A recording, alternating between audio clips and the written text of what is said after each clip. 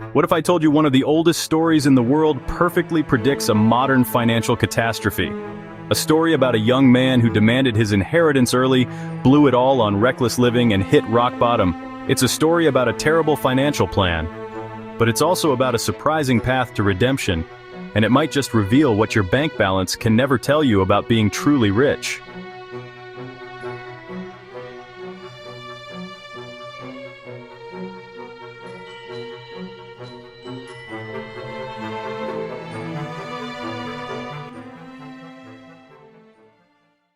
Welcome to I Am Rich Media, where we look at wealth not just as a number in your bank account, but as a state of your mind, your family, and your spirit.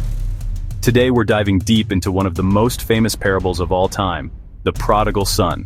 We're going to break down the financial mistakes, the family dynamics, and the incredible lesson it holds for us today. So let's set the scene. A young man goes to his father and says, "Father, give me my share of the estate." Let's pause there. In modern terms, this is like asking your parents for your inheritance while they're still alive. It's essentially saying, "I value your money more than I value my relationship with you." The ask, he liquidates his future for instant gratification. The splurge, he goes to a distant country and squanders the wealth in wild living. The crash, a severe famine hits and he's broke. He's so desperate he takes a job feeding pigs and longs to eat their food. This is the ultimate financial rock bottom. He didn't just run out of money, he lost his community, his dignity, and his safety net. He was financially, socially, and spiritually bankrupt. Verse 17 says, when he came to his senses. This is the story's pivotal moment. The turnaround didn't start with a bailout. It started with a thought. A moment of profound clarity after hitting rock bottom. The illusion of freedom had shattered, leaving only the harsh reality of his choices. This is the first step in any recovery, taking ownership. He realizes that even the lowest servant in his father's house lives better than he does. This stark contrast fuels his decision, moving him from despair to action as he devises a plan. The plan. His strategy is steeped in humility, a stark contrast to the arrogance with which he left. He rehearses a speech. "I will set out and go back to my father and say to him, 'Father, I have sinned. Make me like one of your hired servants.'" He isn't demanding his rights or expecting reinstatement. He's prepared to earn his keep, acknowledging his failure. This isn't a negotiation tactic. It's a surrender, a willingness to start from the bottom, hoping for any place in his father's world. The return. He goes home, his heart likely pounding with every step, but the narrative pivots to the father, who sees him while he's still a long way off. This is crucial. It wasn't a chance encounter. It implies the father was scanning the horizon day after day, never giving up hope. He was actively anticipating this moment. His love wasn't passive, it was a vigilant, searching love, waiting for the first sign of his son's return. He runs to his son, embraces him, and interrupts his rehearsed apology. The father's compassion overrides all social norms. He doesn't need to hear the plea to be a servant. That was never an option. Grace moves faster than repentance. The father doesn't want a hired servant, he wants a son. He calls for the best robe, a ring, and sandals, all symbols of full sonship. The restoration is immediate and extravagant. He throws a massive party declaring, "For this son of mine was dead and is alive again. He was lost and is found." Meanwhile, as the celebration unfolds, the story introduces its final character, the older brother. He's the responsible one, the one who stayed behind, dutifully managing the family estate. He spent the entire day under the hot sun, embodying diligence. As he walks back toward the house, he hears something unexpected, music and laughter. He asks the servant what's going on, and the answer is a gut punch. His younger, reckless brother has returned, and their father is celebrating. The sense of injustice is immediate. He is absolutely furious, digging in his heels and refusing to even set foot inside. When his father finds him, the older brother unloads his grievance. It's a meticulously kept record of his own righteousness. He essentially presents a moral resume, listing his years of flawless obedience. "Look, all these years I've been slaving for you and never disobeyed your orders." He points out that he was never even given a young goat to celebrate with his friends. His entire relationship with his father is transactional, built on a ledger of debits and credits. He believes his good behavior has earned him a certain reward. From his perspective, the grace extended to his brother isn't just unfair, it's a catastrophic failure of accounting that invalidates his life's work. But the father's response isn't anger. He comes out to plead with his elder son.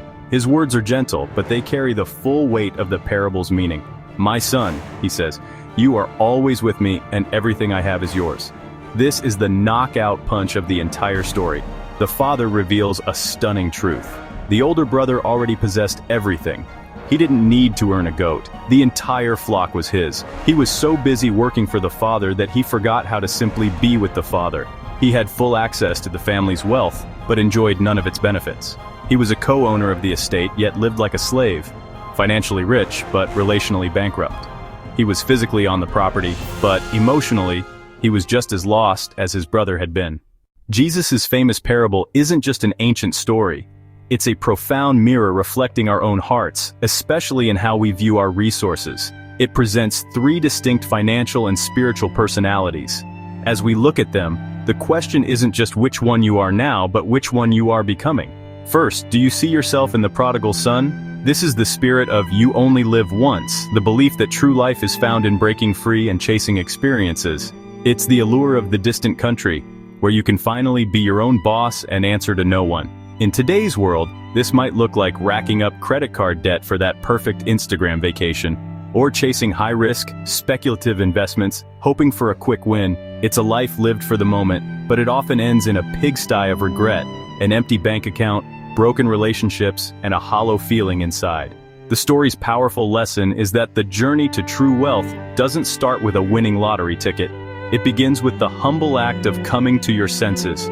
It's the realization that what you were chasing was a mirage. True abundance is found not in running away, but in returning home. Or perhaps you identify more with the older brother. On the surface, you're the model of financial prudence. You work hard, you save diligently, you've done everything right. But underneath that responsible exterior, is there a quiet bitterness brewing? A ledger in your mind where you keep track of your sacrifices and compare them to the seemingly easy grace others receive? This is the trap of self-righteousness, a feeling that your good behavior entitles you to a bigger reward. You see someone else get a lucky break and think, what about me? I deserve that more. The lesson here is a profound paradigm shift. The father tells him, son, you are always with me and everything I have is yours. You're not a hired hand earning a wage. You're a son with full access to the inheritance. Don't let a spirit of comparison and a rigid definition of fairness blind you to the immense wealth you already possess. Ultimately, the parable calls us to a higher ambition, to be like the Father. This is the pinnacle of financial and spiritual maturity. It's a state of being so secure in our own identity that we are no longer driven by the prodigal's fear of missing out or the older brother's fear of being shortchanged. A father-like heart doesn't hoard resources, it stewards them for the good of the entire family. It means we can offer grace instead of judgment and run towards the broken, not away from them. We can celebrate restoration with extravagant joy because we understand that a restored relationship is infinitely more valuable than a balanced ledger. Being truly rich isn't about the money you demand or the money you earn. It's about a deep, unshakable understanding that, in the ways that truly matter, everything we need has already been given to us through grace. Our financial journey, then, is transformed.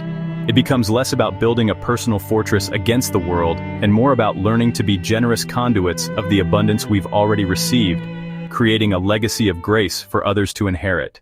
So, which brother did you relate to the most? Let me know in the comments below. I read every single one. If this video gave you a new perspective on what it means to be rich, then do what the prodigal son did. Come home. Hit that subscribe button and join our community here at I Am Rich Media.